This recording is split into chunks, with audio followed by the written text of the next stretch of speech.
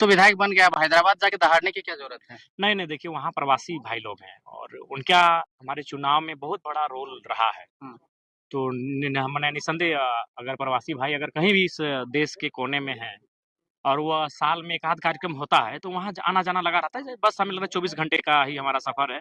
सिर्फ जाना है, उनके कार्यक्रम को संबोधन करना है और शाम को फिर वापस आ जाना तो है। ये लगभग सबको पता है कि टाइगर जयराम महतो हैदराबाद जाने वाले हैं, तेलंगाना जाकर अपने ही अंदाज में दहाड़ने वाले हैं। उनको निमंत्रण मिल गया है। निमंत्रण को ना सिर्फ उन्होंने स्वीकार कर लिया है बल्कि आज वो निकलने भी वाले हैं। लेकिन निकलने से पहले झारखंड में उन्होंने बड़े बड़े खुलासे कर दिए कि आखिर हैदराबाद जाकर वो क्या करने वाले हैं, तेलंगाना जाकर आखिर वो किस किस कार्यक्रम में शामिल होने वाले हैं, झारखंड की आखिर क्या स्थिति है, हैदराबाद से उनको निमंत्रण आखिर क्यों मिला है। और इन तमाम बातों पर जब उनसे सवाल किया गया, सवालों की बौछार टाइगर जयराम महतो पर की गई तो उन्होंने आखिर क्या जवाब दिया है, तमाम बातें 3 से 5 मिनट की रिपोर्ट में हम आपको बताने जा रहे हैं। नमस्कार, मैं प्रिंस कुमार सिंह और आप देख रहे हैं पॉजिटिव टॉक्स। अगर अभी तक आपने चैनल को सब्सक्राइब नहीं किया है तो खबरों से अपडेट रहने के लिए कृपया चैनल को सब्सक्राइब कर लीजिए और जो लोग ऑलरेडी कर चुके हैं तमाम लोगों को से हृदय धन्यवाद। अब वापस आते हैं अपनी खबर पर और आपको बताते चले कि दिन प्रतिदिन टाइगर जयराम महतो की लोकप्रियता में इजाफा हो रहा है और देश के हर कोने से उनको निमंत्रण मिलता है ताकि आप आकर अपने विचार व्यक्त कीजिए। इससे आप समझ सकते हैं कि जिस तरीके से प्रधानमंत्री नरेंद्र मोदी का डंका देश के साथ साथ दुनिया में बज रहा है, ठीक उसी प्रकार से गुदरी के लाल कहे जाने वाले डुमरी के बेटे और डुमरी के माननीय विधायक टाइगर जयराम महतो का डंका भी देश के कई राज्यों में बजना शुरू हो गया है। और हम आपका बिना समय गवाए अब टाइगर जयराम महतो का बयान सुनाने जा रहे हैं। आप जरा ये बयान सुनिए। प्रवासी भाई लोग हैं और उनका हमारे चुनाव में बहुत बड़ा रोल रहा है। तो मने निसंदेह अगर प्रवासी भाई अगर कहीं भी इस देश के कोने में हैं और वह साल में एक आध कार्यक्रम होता है तो वहाँ आना-जाना लगा रहता है। बस हमें की समस्याएँ हैं, उसी के समान में समस्याएँ हैं, अंचल से जुड़ी हुई, प्रखंड से जुड़ी हुई। चूँकि बेरमो औद्योगिक थोड़ा-सा खनन क्षेत्र है इसीलिए नियोजन विस्थापन से जुड़ी कुछ समस्याएँ हैं। तो ओवरऑल जो समस्याएँ आई उनको निराकरण करने हेतु हम लोगों ने विचार विमर्श किया, अधिकारी पदाधिकारियों से बातचीत किया है और उस दिशा में हम लोग सकारात्मक कार्य करेंगे। पंचायत स्तर से लेकर डीसी लेवल तक की समस्या आ रहे हैं क्या?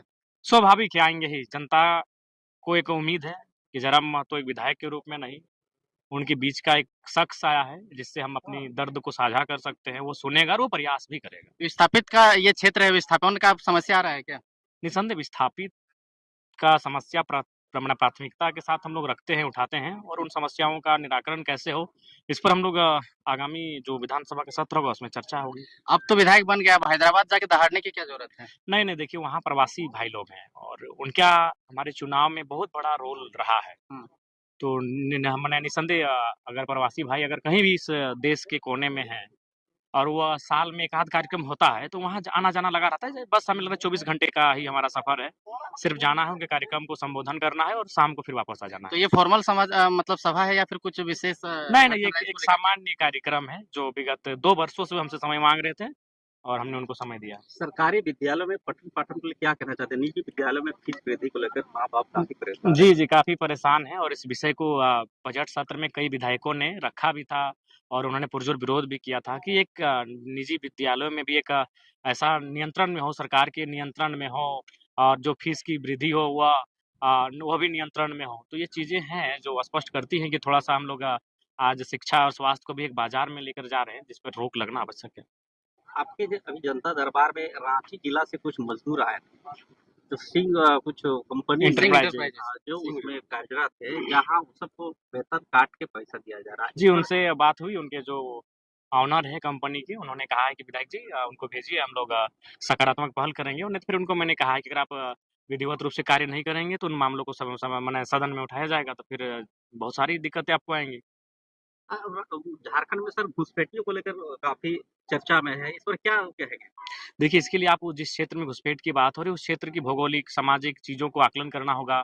पूर्व में क्या परिस्थिति थी, उनका आकलन करना होगा और अगर ऐसा विषय आया है, तो निसंदेह सरकार को उस पर गहन चिंतन करने की आवश्यकता है। आपकी तरफ से इस पर क्या ये सरकार का विषय है, सरकार को इस पे पहल करनी चाहिए। धन्यवाद। प्रवासी भाई लोग हैं और उनका हमारे चुनाव में बहुत बड़ा रोल रहा है। तो मैंने निसंदेह अगर प्रवासी भाई अगर कहीं भी इस देश के कोने में हैं और वह साल में एक आध कार्यक्रम होता है तो वहाँ आना जाना लगा रहता है। बस हमें की समस्याएं हैं, उसी के समान में समस्याएं हैं, अंचल से जुड़ी हुई, प्रखंड से जुड़ी हुई।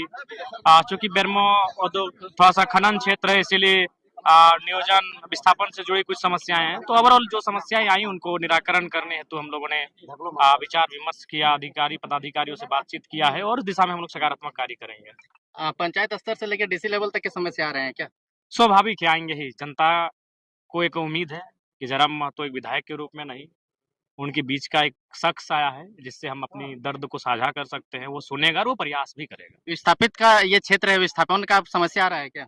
निसंदेह विस्थापित का समस्या प्राथमिकता के साथ हम लोग रखते हैं, उठाते हैं और उन समस्याओं का निराकरण कैसे हो इस पर हम लोग आगामी जो विधानसभा का सत्र होगा उसमें चर्चा होगी। अब तो विधायक बन गया, अब हैदराबाद जाके दहाड़ने की क्या जरूरत है? नहीं, देखिए वहाँ प्रवासी भाई लोग हैं और उनका हमारे चुनाव में बहुत बड़ा रोल रहा है।